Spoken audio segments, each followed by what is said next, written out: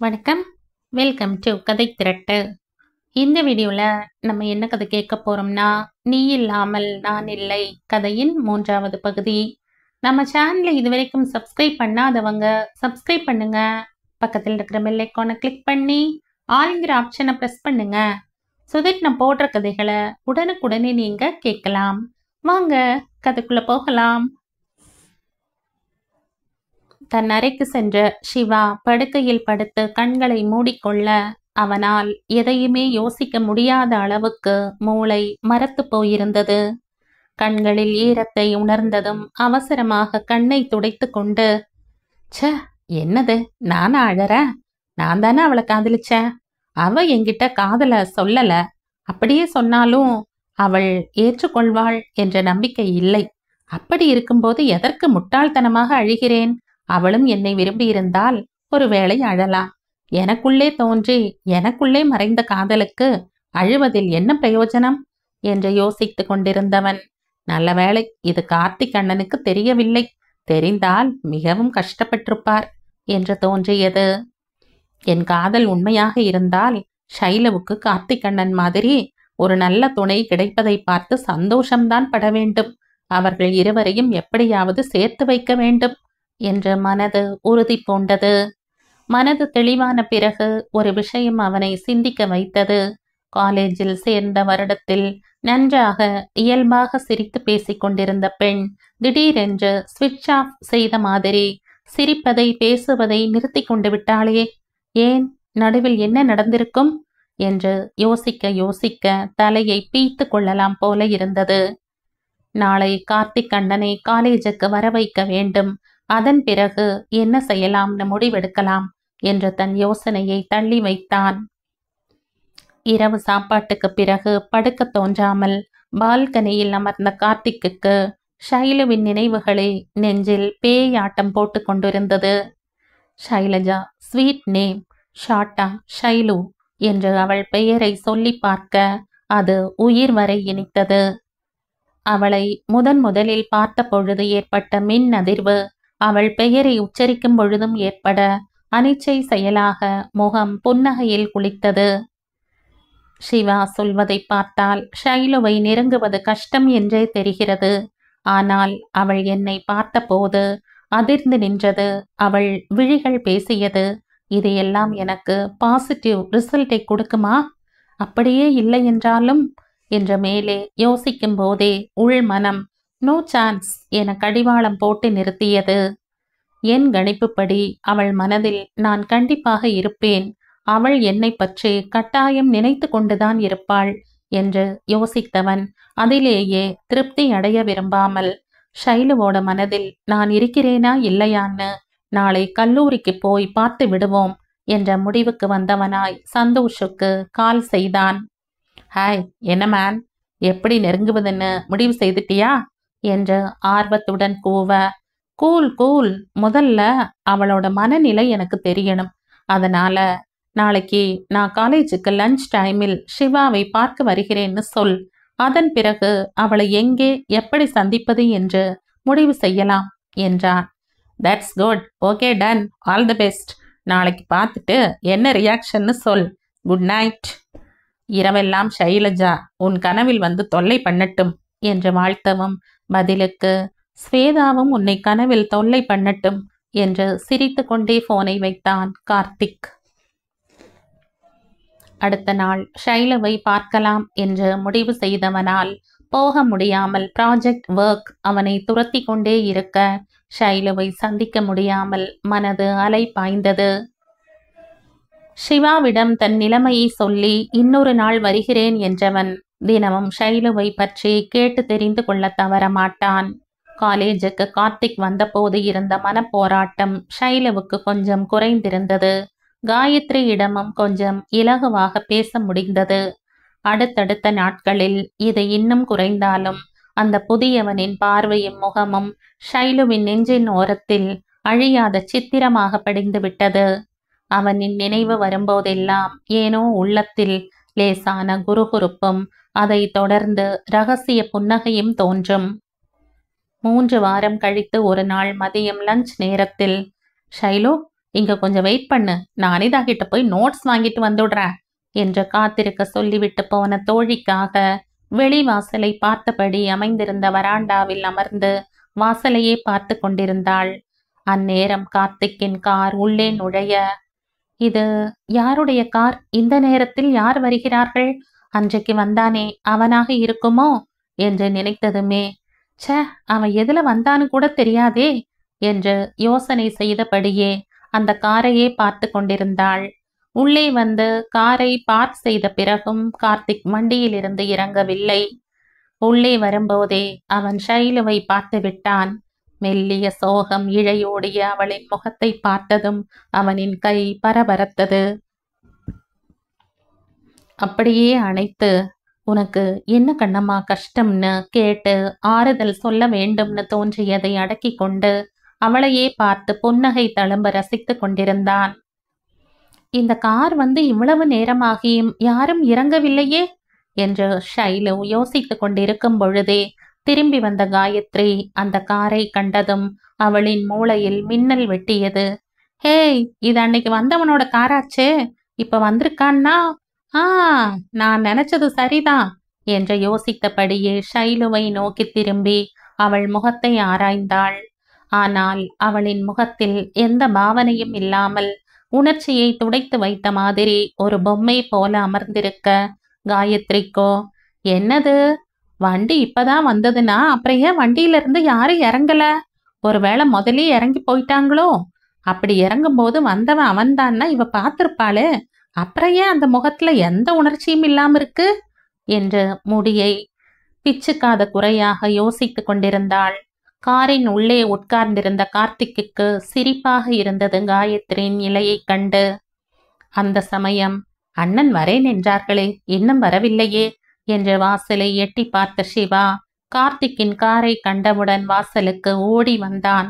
காரின் கதவை திறந்து, எப்ப வந்தீங்க, ஏன் காருக்கு உள்ளேயே இருக்கீங்க என்று கேட்டவுடன் கார்த்திக் ஷைலுவின் பக்கம் கண்ணை காட்ட, அப்போதுதான் சிவா திரும்பி பார்த்தான். ஒரு சிறு சிரிப்புடன், சரி வாங்க, அவங்க ரியாக்ஷன் எப்படி இருக்குன்னு பார்க்கலாம் என்றதும் ஷைலுவிடம் இருந்து பார்வையை விலக்காமலே இறங்க, கார்த்திக்கை கண்டதும் ஷைலுவுக்கு இதயம் தூக்கி வாரி போட்டது. இவன் எங்க மறுபடியும் வந்தா? கடவுளே, இப்பதான் கொஞ்சம் அலை பாய்தல் இல்லாம இருந்த என்று நினைத்தாலும் விழிகள் என்னவோ அவன் முகத்தையே தான் பார்த்து கொண்டிருந்தது. அவன் முகத்தில் இருந்த ஷைலுவால் விழிகளை பிரித்தெடுக்கவே முடியவில்லை. கார்த்திக்கின் பார்வையும் அவள் முகத்தை விட்டு ஒரு கணம் கூட விலகவில்லை. அவனின் உள்ளம், ஹேய், நீ ஜெயிச்சிட்ட என்று ஆனந்தமாக கூக்குரலிட்டது. சிவா கார்த்திக்கை பற்றி ஏற்கனவே காயத்ரியிடம் சொல்லிவிட்டதால் சிவாவை போலவே ஆர்வமாக காத்து கொண்டிருந்தாள். ஷைலுவையும் கார்த்திக்கையும் மாறி மாறி பார்த்த காயத்ரியும் சிவாவும் ஒருவரை ஒருவர் பார்த்து சிரித்து கொள்ள, முதலில் சுதாரித்து கொண்ட கார்த்திக் சிவாவை பார்த்து அர்த்த புஷ்டியாக புன்னகைத்து கண்ணை காட்ட, சுய நினைவிற்கு வந்த ஷைலுவுக்கு முகம் சிவந்து வெட்கம் பிடுங்கி தின்றது. ஐயோ, இப்படி பட்டிக்காடு மாதிரி முறைச்சு பார்க்கறானே, அவன் என்ன நினைப்பா என்று தவிப்பாக இருந்தது. அந்த இடத்தை விட்டு போக வேண்டும் என்று நினைத்தாலும் மனது நினைத்தாலும் கால்கள் நகர மறுத்தது. அங்கே இருக்கவும் முடியாமல் அகலவும் முடியாமல் இருதலை கொள்ளி எறும்பு போல தவித்தாள். ஷைலுவின் முக சிவப்பும் வெட்கமும் தவிப்பும் மற்ற மூவருக்கும் அவளின் மனதை தெளிவாக புரிய வைத்தது. காயத்ரியோ ஒன்றுமே அறியாதது போல, யார் சிவா இவரு என எப்படி இருவருக்கும் அறிமுகம் செய்து வைப்பது என்று யோசித்து கொண்டிருந்தவள் அவள் கேட்டதும் சட்டென்று பிடித்து கொண்டான். இவர் எங்க அண்ணாவோட நண்பர் கார்த்திக் என்று இரு பெண்களுக்கும் அறிமுகம் செய்துவிட்டு கார்த்திக்கிடம் திரும்பி, அண்ணா, இவங்க ஷைலஜா, இவங்க காயத்ரி, 2 பேரும் திக் ஃப்ரெண்ட்ஸ் என்றான் சிறு புன்னகையுடன். சிவா அறிமுகப்படுத்தி வைத்ததும் காயத்ரி ஹலோ எனவும், கார்த்திக்கும் பதிலுக்கு காயத்ரிக்கு ஹலோ என்றவன் ஷைலுவிடம் திரும்பி ஹலோ என்றான் கரத்தை நீட்டியபடி. ஷைலு ஒரு நிமிடம் தன் கையை கொடுத்ததும் கார்த்திக் அவளின் கையை மென்மையாக அழுத்தி குலுக்கினான். ஷைலு, நீ பேசிக்கிட்டு தோ வந்துடுற என்ற காயத்ரி சிவாவிடம், எனக்கு உங்களோட நோட்ஸ் வேணும், வந்து எடுத்து தர முடியுமா என்ற கண்களால் இருவரையும் காட்டி கேட்க அந்த இடத்தை விட்டு இருவரும் அகன்றார்கள்.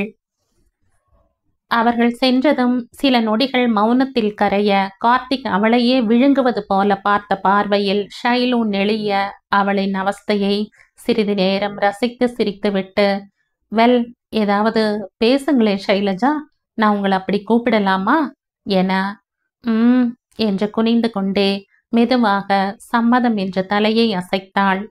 தேங்க்ஸ் ஷைலஜா, ஷார்ட்டா Shailu, nice and sweet name என்று ரசனையுடன் கூறி அவளின் பார்வை நிலம் நோக்கியே இருப்பதைக் கண்டு, கொஞ்சம் நிமிர்ந்துதான் என்ன பாருங்களேன், ஏன் என்னை பார்த்தா பயமா இருக்கா? நானும் உங்களை மாதிரியே மனுஷன்தான், இங்க பாருங்க, எனக்கும் 2 கை 2 கால் இருக்கு என கேலியாக சொல்ல ஷைலுவின் இதழ்கள் சிரிப்பில் துடித்தன. அதை அடக்க கஷ்டப்படுவதைக் கண்டு, சிரிப்ப ஏன் அடக்கணும்? உங்க அழகான சிரிப்பை பார்க்கிற பாக்கியம் எனக்கு இல்லையா என்றவனின் ஏக்கம் கலந்த குரல் அவனின் முகம் நோக்கி விழிகளை மலர்த்தியது. அவளின் விழிகளின் அழகு அவனை மயக்க, விட்டா என்ன கண்ணாலேயே விழுங்கிடுவீங்க போல இருக்கு என்றான் சீண்டலாக. பேச்சு எல்லை மீறி போவதை உணர்ந்தவள் ப்ளீஸ் என்ற மெல்லிய குரலில் கெஞ்சியவள், நீங்க யாருன்னு எனக்கு தெரியாது, புதிதாக சந்திக்கிற பெண்ணிடம் இப்படியெல்லாமா பேசுறீங்க என்ற கோபமாக பேச நினைத்து முடியாமல் போக கெஞ்சலிலே முடித்தவளைக் கண்டு வசீகரமாக சிரிக்க அந்த சிரிப்பிலிருந்து பார்வையை எடுக்க முடியாமல் தடுமாறினாள். சில நொடி நேரம் அவள் விழிகளை ஊடுருவ அந்த பார்வையின் வீச்சை தாங்க முடியாமல் விழிகள் நிலம் நோக்கி பயணிக்க கார்த்திக்கின் இதழ்களில் பொன்முறுவல் குடியேறியது. எதுவாக இருந்தாலும் என்னை நிமிர்ந்து பார்த்தா தான் சொல்வேன் என்ற கண்டிஷன் போட சிறு தயக்கத்துடன் மெல்ல தலையை உயர்த்தி அவன் கண்களை சந்தித்ததும் குட் என்றான் மெச்சுதலாக.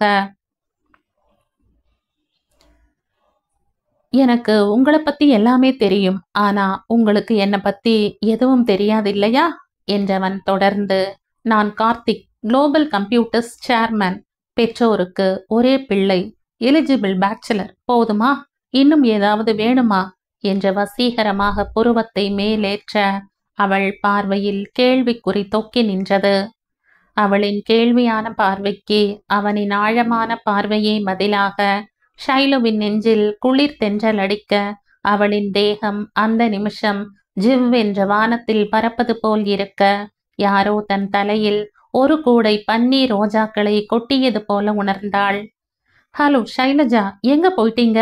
நீங்க இப்படியே நின்னா இங்க ஏதோ பனி சிற்பம் இருக்குன்னு எல்லாரும் பார்க்க வந்துட போறாங்க என்று கேலியாக இருந்தாலும் மனதில் தோன்றியதை சொன்னதும் ஷைலுவின் முகம் குப் என்று சிவக்க அவனின் பார்வை அவளை ரசனையுடன் வருடியது.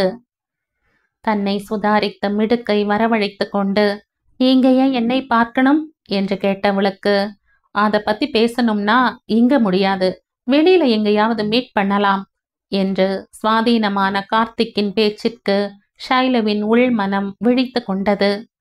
ஐயோ, என்னது, ஒரு அந்நியனிடம் இவ்வளவு நேரம் தனியாக பேசிக் கொண்டிருக்கிறேனே, இது சரியில்லையே என்று தோன்றியதுமே அங்கிருந்து விலகும் எண்ணத்தில், கிளாஸுக்கு நேரமாச்சு, நான் போறேன் என்று திரும்பியவளின் கையை எட்டி பிடித்தான். பதில் சொல்லாம போனா என்ன அர்த்தம் என ஷைலுவுக்கு அவனின் ஆளுமையையும் தைரியத்தையும் கண்டு ஒரு பக்கம் மலைப்பாக இருந்தாலும் இன்னொரு பக்கம் மிரட்சியாக இருந்தது. அவனுடைய இரும்பு பிடியில் இருந்து கையை விடுவிக்க முடியாமல் கெஞ்சலாக ப்ளீஸ் என்றாள் தலையை குனிந்தபடி. நான் உன்னை தனியா மீட் செய்துதான் சொல்லணும்னு நினைச்சேன், ஆனா என்னால முடியல. உன்னை பார்த்ததும் என்னை கட்டுப்படுத்திக்க முடியல. எனக்கு சுத்தி வளைச்சு பேச தெரியாது. என் வாழ்க்கையை உன் கூட வாழ ஆசைப்படுறேன். Yes, I love you Shailu என்று உணர்ச்சி மிகுந்த குரலில் அவளுக்கு மட்டுமே கேட்கும்படி மெதுவாக சொன்னதும் 1000 வாட்ஸ் மின்சாரம் பாய்ந்த மாதிரி இருக்க கையை உருவிக்கொண்டு ஒரே ஓட்டமாக கிளாஸுக்கு ஓடினாள். கிளாஸில் அமர்ந்து படித்து கொண்டிருந்த காயத்ரி மூச்சிறைக்க ஓடி வந்த தோழியை கேள்வியாக நோக்கி, ஏன் ஷைலு இப்படி ஓடி வர? இன்னும் கிளாஸுக்கு டைம் ஆகல என்றாள் மிக சாதாரணமாக. கண்கள் கரை கட்ட, ஏன் காயத்ரி, என்னை விட்டுட்டு நீ மட்டும் வந்துட்ட என்ற குற்றம் சாட்டியவளுக்கு, இல்லடா, சிவா கிட்ட ஒரு நோட்ஸ் இருந்தது, அதை எடுக்க வந்தோம். ஏன், என்னாச்சு ஷைலு என்றாள் ஒன்றும் புரியாமல். ஆனால் அவளின் கேள்விக்கு பதில் சொல்லாமல், ஒண்ணுமில்ல என்று பூசி மெழுக, நீ கிளாஸ்லயே இரு, இதோ வந்துடுறேன் என்று கிளாஸை விட்டு வெளியே வந்து வாசலை பார்க்க, கார்த்திக் சிவாவிடம் பேசிக் கொண்டிருப்பதை கண்டதும் மீண்டும் கிளாஸிற்கு திரும்பினாள். ஷைலவுக்கு இன்னும் படபடப்பு அடங்கவில்லை. அவள் மனது அவனை விரும்பினாலும் அதை அவன் வாயால் கேட்டதும் இதய துடிப்பை அவளால் கட்டுப்படுத்த முடியவில்லை. அவளின் முகம் பேய் அடித்த மாதிரி இருப்பதை கவனித்த காயத்ரி, ஏன் ஒரு மாதிரி இருக்க, கார்த்திக் என்ன சொன்னார் என்று கேட்டதும் அதற்கு மேல் மறைக்க முடியாமல் திக்கித் திணறி, அவர் என்கிட்ட ஐ லவ் யூ சொன்னார் என்றாள். இரண்டாவது சந்திப்பிலேயே காதல சொல்லியாச்சா, ரொம்பத்தான் தைரியம் என்று நினைத்தாலும் அதையும் மீறி அவள் மனது நிறைந்தது. கார்த்திக் மாதிரி ஒருவர்தான் ஷைலுவின் அழகுக்கும் பொறுமைக்கும் அறிவுக்கும் அதையும் மீறி அவள் மனதால் அனுபவிக்கும் துன்பத்திற்கும் பொருத்தமானவர். கடவுளே, இவள் மனதை மாற்றி கார்த்திக்கின் காதலை ஏற்றுக்கொள்ள செய் என்று மனதார வேண்டினாள். சரி, நீ என்ன சொன்ன என்ற காயத்ரியின் கேள்விக்கு பதில் சொல்ல முடியாமல் ஷைலுவின் கண்களில் கரகரவென கண்ணீர் வர பதறி போனவள், ஏய், இப்ப என்னடா ஆச்சு, ஏன் அழற என்றவள் அவளை தன் மடியில் சாய்த்து முதுகை ஆறுதலாக வருடி கொடுக்க அவளின் அழுகை ஓய்ந்து விசும்பல் மட்டுமே வந்தது. கண்ணை துடைத்து கொண்டு நிமிர்ந்தவள், எனக்கு வீட்டுக்கு போகணும் காயத்ரி, நீயும் வரையா எனவும் காயத்ரி மறுபேதும் சொல்லாமல் அவளுடன் கிளம்பினாள். மதிய நேரத்தில் மகளை கண்ட சுஜாதா, என்ன ஷைலு, காலேஜ் இல்லையா, ஏன் முகம் ஒரு மாதிரி இருக்கு என்று துருவினார் அக்கறையுடன். செம தலைவலி, கண்ணெல்லாம் எரியுது, அதான் வந்துட்டேன், கொஞ்ச நேரம் தூங்குனா எல்லாம் சரியாயிடும் தடுமாறி கோர்வையாக பொய் சொல்லிவிட்டு தன் அறைக்கு சென்றவளை தடுத்து, சாப்பிட்டியா, கொஞ்சம் இரு, மாத்திரை தரேன் போட்டுக்கோ என்றவர் சமையல் அறைக்கு சென்று காஃபி தயாரித்து எடுத்து வந்தார். மகள் சோர்வாக படுக்கையில் விழிகளை மூடி படுத்திருப்பதை கண்டதும் நெற்றியில் கை வைத்து பார்த்தவர் அவளை எழுப்பி மாத்திரையை போட வைத்து காஃபியை குடித்ததும் கதவை சாத்தி கொண்டு செல்ல ஷைலுவின் மனம் மீண்டும் கார்த்திக்கிடமே போய் நின்றது. கார்த்திக், ஐ லவ் யூ ஷைலு என்றதும் உடம்பெல்லாம் புல்லரித்தது. மனதில் சொல்ல முடியாத ஒரு உணர்வும் தன்னை தனக்காகவே காதலிக்கிற ஒருவன் என்று சந்தோஷமாக இருந்தாலும் ஏனோ மனம் முரண்டியது. ஒரு பக்கம் எதற்காக இந்த மாதிரி நம்மையே வருத்திக்கணும், அடுத்தவர் வார்த்தைக்கு மதிப்பு கொடுத்து நாம் ஏன் சந்தோஷத்தை அழிச்சுக்கணும், இந்த சந்தோஷத்தை அனுபவித்தால் தான் என்ன, நம் காதலை சொன்னால் கார்த்திக் எவ்வளவு சந்தோஷப்படுவார், அவருடைய வசீகரமான சிரிப்பை பார்த்து கொண்டே இருக்கலாமே என நினைத்தாலும் இன்னொரு பக்கம் எத்தனை நாள் இந்த சந்தோஷம் நிலைக்கும், இந்த காதல் வீட்டுக்கு தெரியும் போது என்ன நடக்கும், அதனால் என்னென்ன பிரச்சனைகள் வெடிக்கும், ஏற்கனவே அனுபவித்தது இன்னும் அனுபவித்துக் கொண்டிருப்பது போதாதா, மீண்டும் பொது பிரச்சனையை இழுத்து போட்டுக்கொள்ள வேண்டுமா என பலவாறு எண்ணி மனம் நொந்ததால் உடம்பு அனலாய் கொதித்தது. வீட்டில் காயத்ரிக்கு நிலை கொள்ளவில்லை. ஷைலு எந்த மாதிரி மனநிலையில் இருக்காளோ, இதுவரைக்கும் கிளாஸை கட் செய்ததே இல்லை, இன்றைக்கு இப்படி பாதியிலேயே வந்துட்டாளே, வீட்டுக்கு போய் மனசை போட்டு ஏதாவது குழப்பிக் கொள்வாளோ, அவளை போய் பார்த்தால் என்ன என்று தோன்றியதும் தாயிடம் சொல்லிவிட்டு கிளம்பிவிட்டாள். இவளை கண்டதுமே சுஜாதா, வா காயத்ரி, என்னாச்சு ஷைலுவுக்கு, சீக்கிரமே வந்துட்டா என்று விசாரிக்க, தலைவலின்னு சொன்னா அதான் வந்துட்டோம், இப்ப எப்படி இருக்க ஆன்டி என்று சிறு தயக்கத்துடன் கேட்டதும், உள்ளதான் படுத்துக்கிட்டு இருக்கா, போய் பாரு என்றார் ஆதங்கத்துடன். அறைக்குள் சென்றவள் பதட்டத்துடன் சுஜாதாவை அழைத்து, ஷைலுவுக்கு கொதிக்குது, வந்து பாருங்க என சுஜாதா ஓடி வந்து ஷைலு நெற்றியில் கை வைத்து பார்க்க அனலாய் காய்ந்தது. உடனே போய் டாக்டருக்கு போன் செய்து வரவழைத்து சிகிச்சை கொடுத்ததும் சிறிது நேரம் ஷைலு கூட இருந்துவிட்டு வீட்டுக்கு திரும்பிய காயத்ரிக்கு மனசே சரியில்லை. ச்சே, இந்த முட்டாள் பெண் தேவையில்லாதவற்றையெல்லாம் நினைத்து குழம்பி இப்படி காய்ச்சலை வரவழைத்து கொண்டாளே, இதை எப்படி டீல் செய்வது? பேசாமல் கார்த்திக் சாரிடம் பேசிடலாமா? அவர் என்ன சொல்கிறார் என்பதை வைத்து அடுத்து என்ன செய்யலாம்னு அவரிடமே கேட்கலாம் என்று முடிவெடுத்தவள் அடுத்த நாள் சிவாவிடம் கார்த்திக் நம்பரை வாங்கி போன் செய்தாள். ஷைலுவிடம் இரண்டாவது சந்திப்பிலே தன் காதலை வெளிப்படுத்திய கார்த்திக்கு கொஞ்சம் அவசரப்பட்டு விட்டோமோ என்று தோன்றினாலும் என்னவோ அவளை பார்த்த நொடியிலிருந்து ஏதோ ஜென்மமாக பழகிய உணர்வு அவனுள் நிறைந்திருந்ததால் ஒரு புதியவளிடம் தன் காதலை சொல்கிறோமே என்ற உணர்வே எழவில்லை. ஷைலுவின் வெட்கமும் முக சிவப்பும் அவள் மனதில் தான் இருக்கிறோம் என்ற நினைப்பே அவனுக்கு தித்தித்தது. ஆனால் ப்ரப்போஸ் பண்ணும்போது அவள் முகத்தில் ஏற்பட்ட கலவரத்தை நினைவில் கொண்டு வந்தவனுக்கு ஒருவேளை திடீரென்று காதலை சொல்லவும் பயந்து விட்டாளோ? மறுபடியும் அவளை சந்தித்து அவள் பயத்தை சரி செய்யணும். எது எப்படி இருந்தாலும் நீதான் ஷைலு, என் வாழ்க்கை துணை, அதை யாராலும் மாற்ற முடியாது என்ற இனிய கனவுகளோடு ஆபீஸ் வேலைகளில் ஈடுபட்டிருந்தவனின் செல்போன் சிணுங்கி அழைத்தது. வேலையில் இருந்த கவனம் கலைந்து டிஸ்பிளேவில் நம்பரை பார்த்தவன், புது நம்பரா இருக்கே என்று யோசித்தவாறே எடுத்தவனிடம், நான் ஷைலுவோட ஃப்ரெண்ட் காயத்ரி பேசுறேன் என்றதும் கார்த்திக்கு ஆச்சரியம் பிளஸ் குழப்பம். சொல்லுங்க, ஷைலு எப்படி இருக்கா, என்ன சொன்னா என்று ஆர்வமாக கேட்க, அதை பத்தி தான் உங்ககிட்ட பேசணும், கொஞ்சம் நேர்ல சந்திக்க முடியுமா என்று தயக்கத்துடன் வினவ, எதற்கு என்று புரியாவிட்டாலும் ஏதோ பிரச்சனை என்று புரிந்து கொண்டவன், நாளைக்கு நேரு பார்க்ல லஞ்ச் பிரேக்ல சந்திக்கலாம் என்று போனை வைத்தான். அவனுக்கு ஒரே குழப்பம். ஷைலுவுக்கு என்ன ஆச்சு? காயத்ரியின் குரலில் சுரத்தே இல்லை. ஏதோ பேசணும் என்றாங்களே, எதை பத்தி இருக்கும்?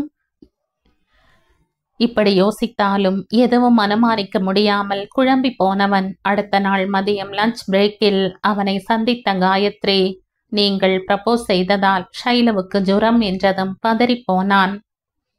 ஷைலுவுக்கு நான் ப்ரப்போஸ் செய்ததால் ஜுரம் என்கிறீர்களே, ஏன் என்னை அவங்களுக்கு பிடிக்கவில்லையா என்ற வேதனையோடு கேட்டவனுக்கு அவசரமாக, சேச்ச, நீங்க ஏன் சார் இப்படி எல்லாம் நினைக்கிறீங்க?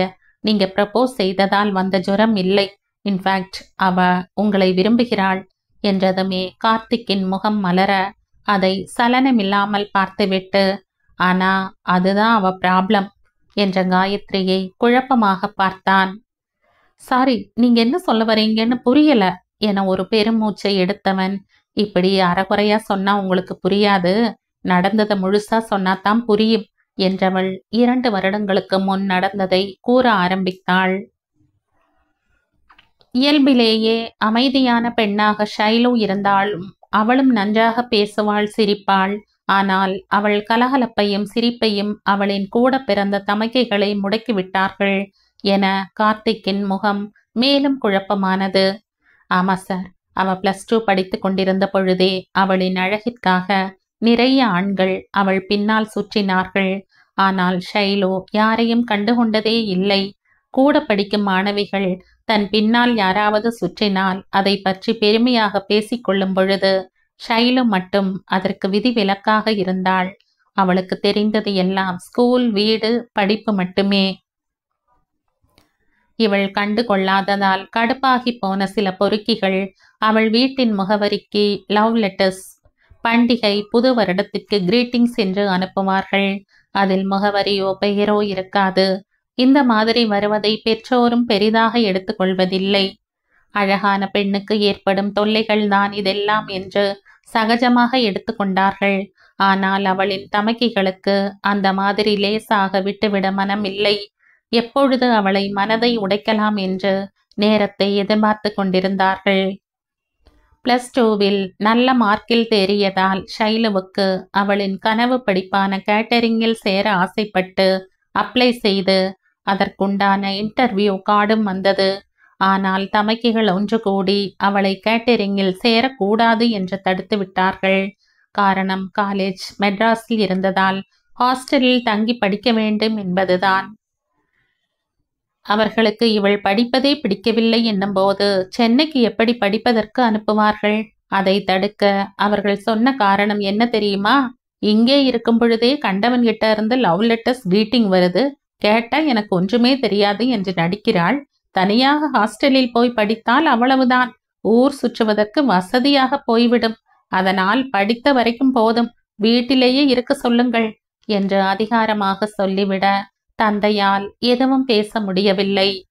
விகாஸ் நிறைய நேரங்களில் ஷைலுவுக்கு சப்போர்ட் செய்ததால் இந்த நேரத்தில் அவளுக்கு பரிந்து பேச முடியாமல், இந்த காலேஜிலேயே சேர்ந்து இங்கேயே படிமா என்று விட வேறு வழியில்லாமல் மனதை தேற்றிக் கொண்டு காலேஜுக்கு வந்தாள் என அதை கேட்ட கார்த்திக்கின் முகம் கடினமானது. காயத்ரி அவனின் முகபாவனையை கவனிக்காமல் தொடர்ந்து, காலேஜ்ல சேர்ந்த பிறகு எப்பொழுதையும் விட மிக ஜாக்கிரதையாக, யார்கிட்டையும் பேசாம, அப்படியே பேசினாலும் 1-2 வார்த்தை, அளவான சிரிப்பு, இந்த எல்லைய அவ தாண்டினதே இல்ல. இதுவே அவளுக்கு இங்குள்ள மாணவர்களின் மத்தியில் மதிப்பை ஈட்டி தந்தது. ஒரு நாள் எங்கள் கிளாஸ்மேட் அவள் வீட்டு வழியாக சென்றவன் ஷைலுவை கண்டதும் ஒரு மரியாதைக்கு ஹாய் என, இவளும் அதே மரியாதைக்கு ஹாய் என்றிருக்கிறாள்.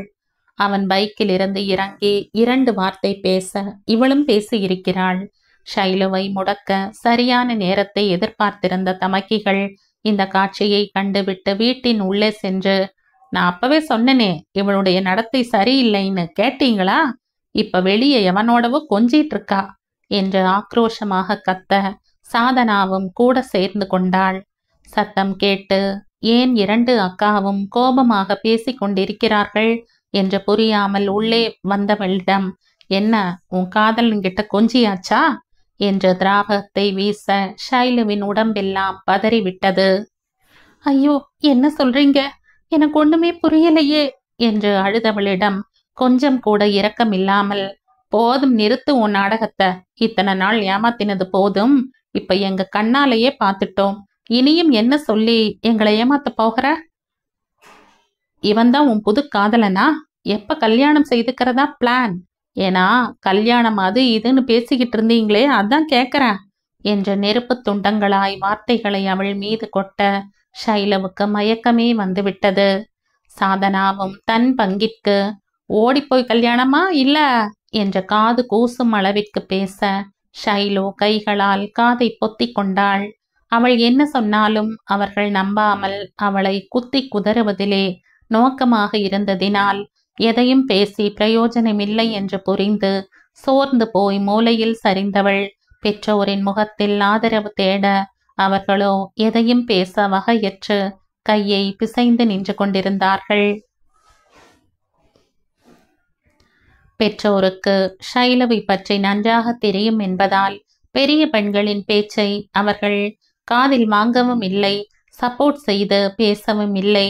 அவர்கள் மனதில் ஓடிக்கொண்டிருந்தது எல்லாம், கூடிய சீக்கிரம் இருவருக்கும் கல்யாணம் செய்து அனுப்பிவிட்டால் ஷைலு நிம்மதியாக இருப்பாளே என்பதுதான். ஆனால் தான் ஷைலுவுக்கு ஆதரவாக இந்த நேரத்தில் பேசி அவர்களின் வன்மத்தை மேலும் வளர்த்துவிட மனமின்றி அமைதியாக இருந்தார்கள்.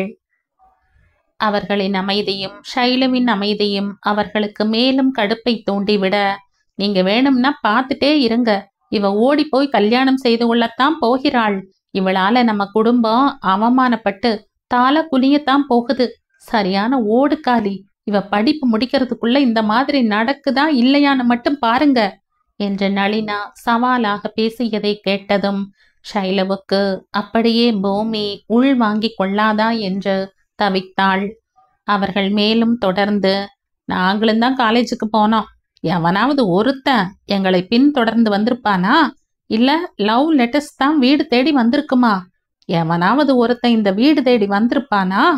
உன்ன மாதிரி கேடுகட்ட ஓடுகாலி தங்கச்சி எங்களுக்கு வேண்டவே வேண்டாம் என்று அவள் இதயத்தை குத்தி கிழித்து வார்த்தைகளை அக்னி திராவகத்தில் தோய்த்து அவள் மீது வீச நிலை குலைந்து போய் பேச சக்தி இல்லாமல் ஒரு அறையில் முடங்கிவிட்டாள்.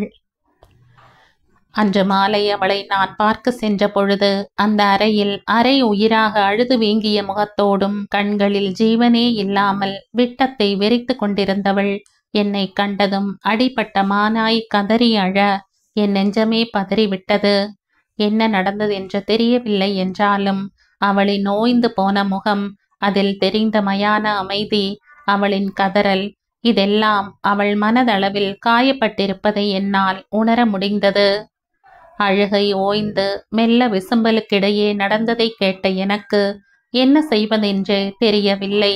எனக்கு அவர்களின் அக்காக்கள் குணம் தெரிந்திருந்தாலும் இந்த அளவு கீழ்த்தரமாக பேசுவார்கள் என்று நான் எதிர்பார்க்கவில்லை. நான் இனிமே காலேஜ் வரமாட்டேன், இப்படியே ரூம்லயே இருந்துடுறேன் என்று அழுதவளை ஒரு வழியாக சமாதானப்படுத்தினேன். இப்போ எந்த முடிவும் எடுக்காத, கொஞ்ச நேரம் அமைதியா இரு, நல்லா தூங்கு, அப்புறம் பேசிக்கலாம் என்ற என்னிடம், அமைதியா, அது இன்னுமா என்கிட்ட இருக்கு என்று அழுதவளுக்கு நான் என்னவென்று சொல்லி சமாதானப்படுத்த முடியும்? ஏதேதோ சொல்லி ஆறுதல் படித்துவிட்டு வந்தேன். நல்ல வேளை அது செமஸ்டர் லீவாக இருந்தது. அதன் பிறகு அவள் தம்பி, அப்பா, அம்மா, நான் என்று எல்லோரும் மாற்றி மாற்றி சொல்லி சொல்லி அவளை மீண்டும் காலேஜுக்கு வர வச்சோம். அதிலிருந்து சிரிப்பே மறந்து போன மாதிரி ஆகிவிட்டாள். நான் எவ்வளவோ அவளை சிரிக்க வைக்க முயற்சி செய்தாலும் கொஞ்சம்தான் என்று மனம் கனக்க முடித்தவள். ஒரு உயிரை கொன்றால்தான் கொலையா? மனதை கொன்றாலும் அது கொலைதானே. அந்த பாதகத்தை தானே அவளுடைய சகோதரிகள் இன்னும் செய்து கொண்டிருக்கிறார்கள் என்று ஆவேசமாக கொந்தளித்தவள். ஆனால் உங்களை பார்த்த நாளிலிருந்து அவள் உள்ளே ஏதோ ஒரு மாற்றம். எல்லோருக்கும் வாழ்க்கையில் வருகிற முதல் காதல் அவள் வாழ்க்கையில் வந்தாலும் அதை மனதார ஏற்றுக்கொள்ள முடியாமல் தத்தளித்து இப்போது ஜுரத்தில் இருக்கிறாள் என்று வேதனையுடன் சொல்லி முடித்தவள் பழைய நினைவுகளின் தாக்கத்தில் அங்கிருந்த பெஞ்சில் சோர்ந்து போய் அமர்ந்தாள். இதுவரைக்கும் காயத்ரி சொன்னதை கேட்டு இறுகி போய் அமர்ந்திருந்தவனின் மனதில் புயல் அடித்து கொண்டிருந்தது. என் ஷைலுவின் பின்னால் இப்படி ஒரு சோகமா? பூ மாதிரி இருக்கிற பெண்ணின் உள்ளத்தை இவ்வளவு குரூரமாக உடைத்து விட்டார்களே, எப்படி இதை தாங்கிக் கொண்டிருக்கிறாள்? ச்சே, இவர்களெல்லாம் மனுஷ ஜென்மம்தானா என்று அவனின் மனது அணு உலை போல கொதித்தது.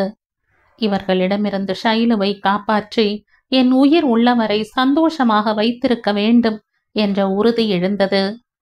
இறுகி கல் மாதிரி அமர்ந்திருந்த கார்த்திக்கை காயத்ரி பல முறை அழைத்த பிறகு தன் நிலைக்கு வந்தவனிடம், இப்ப சொல்லுங்க கார்த்திக் சார், உங்களுக்கு அவன் மீது நம்பிக்கை இருக்கா என்றாள் சிறு நப்பாசையுடன். அவள் கேட்டதும் சற்றும் தாமதியாமல், என்ன கேள்வி இது காயத்ரி? என்னை நானே எப்படி நம்பாமல் இருப்பேன்? Because she is in my heart, that's why I said like that என்ற கார்த்திக்கை பார்த்து கண்ணீர் மல்க கை கூப்பினாள். உங்களை மாதிரி ஒருவரின் சுயநலமில்லாத அன்புதான் அவளின் மனக்காயத்திற்கு சரியான மருந்து. தேங்க்யூ சோ மச் சார் என்று நெகிழ்ந்த காயத்ரியிடம், இல்ல காயத்ரி, நான் தான் உங்களுக்கு தேங்க்ஸ் சொல்லணும். இதுவரைக்கும் ஒரு நல்ல தோழியாக இருந்து என் ஷைலுவை பார்த்துக்கிட்டதுக்கு என்ற கார்த்திக்கை விழி அகல ஆச்சரியமாக நோக்கினாள். ஓகே சார், இப்ப என்ன செய்வது சொல்லுங்கள் என்று கேட்டு அவன் முகம் பார்த்து அவன் பதிலுக்காக காத்திருந்த காயத்ரிக்கு எதுவும் சொல்லாமல் ஒரு நிமிடம் அமைதியாக இருந்தவன் ஒரு நெடிய பெருமூச்சுடன், இப்போ ஷைலுவை நான் சந்திப்பதோ கம்பல் செய்வதோ சரியாக இராது. இந்த மாதிரி மனநிலைக்கு வேற மாதிரி முடிவெடுக்க நிறைய சான்ஸ் இருக்கு. முதலில் அவள் மனதை அவளுக்கு புரிய வைக்க வேண்டும். சோ நீங்களாக எதுவும் என்னை பற்றி அவளிடம் கேட்காதீர்கள். நானும் அவள் கண்ணில் படமாட்டேன். அவளாகவே எப்போ என்னை பற்றி கேட்கிறாளோ அப்போ எனக்கு போன் செய்யுங்கள். அடுத்த நிமிடம் நான் அவள் முன்னால் இருப்பேன் என்று தீர்க்கமாக முடிவெடுக்க காயத்ரிக்கும் அதுதான் சரி என்று தோன்றியது. அவனின் முடிவை ஏற்றுக்கொண்டு கிளம்பியவளை நிறுத்தி, எனக்காக ஷைலுவை கொஞ்சம் நல்லா பார்த்துக்கங்க என்ற கார்த்திக்கிற்கு புன்னகையை பதிலாக கொடுத்துவிட்டு காலேஜுக்கு திரும்பியவளின் மனதில் ஷைலு மேல் கார்த்திக் வைத்திருக்கும் காதலும் ஷைலு அதை ஏற்றுக்கொள்ள முடியாமல் தவிப்பதும் புரிய, கடவுளே, இந்த ரெண்டு உள்ளமும் ஒன்று சேர நீதான் கருணை புரியணும் என்று வேண்டிக் கொண்டாள். அதே சமயம் கார்த்திக் எப்படியும் ஷைலுவை விட்டுவிட மாட்டார் என்றே தோன்றியது. அவர் என்ன நினைக்கிறாரோ அதை செய்தே தீருவது என்ற பிடிவாதம் அதிகமாக உள்ளவர் என்று பார்த்தாலே தெரிகிறது. அதனால் ஷைலு மறுத்தாலும் எப்படியும் அவளை சம்மதிக்க வைத்து விடுவார் என்ற நம்பிக்கை எழ அதுவே பெரும் நிம்மதியை கொடுத்தது. காலேஜ் விட்டு வீட்டுக்கு சென்றதும் டிஃபன் சாப்பிட்டு விட்டு ஷைலுவை பார்க்க சென்றவள் ஜுரம் குறைந்து அறையில் அமைதியாக எதையோ சிந்தித்தபடி அமர்ந்திருந்த தோழியை கண்டு மனது வலித்தது.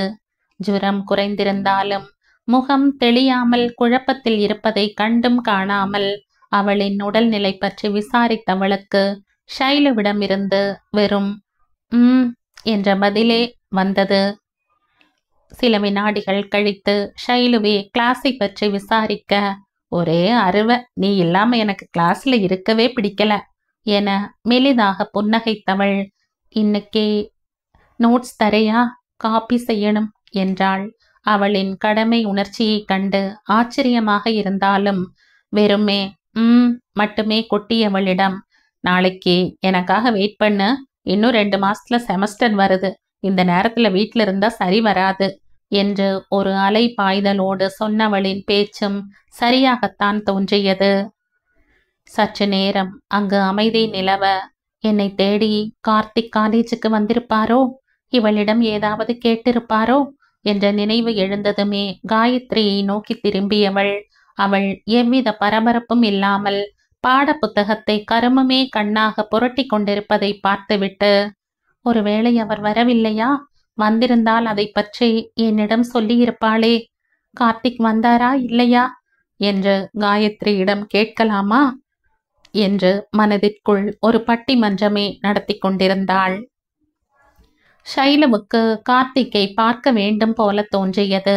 தூங்கும் பொழுதும் கனவெல்லாம் அவனே, மறுநாள் கல்லூரிக்கு சென்ற பொழுதும் அவனை நினைத்து மனம் அலை பாய்ந்தாலும் காயத்ரி கார்த்திக்கை பற்றி பேச்சை எடுக்காததாலும் தானே முன்வந்து பேச முடியாமல் ஏற்பட்ட தயக்கத்தினாலும் அவளே ஆரம்பிக்கட்டும், அப்பொழுது கேட்கலாம் என்ற முடிவுக்கு வந்தாள்.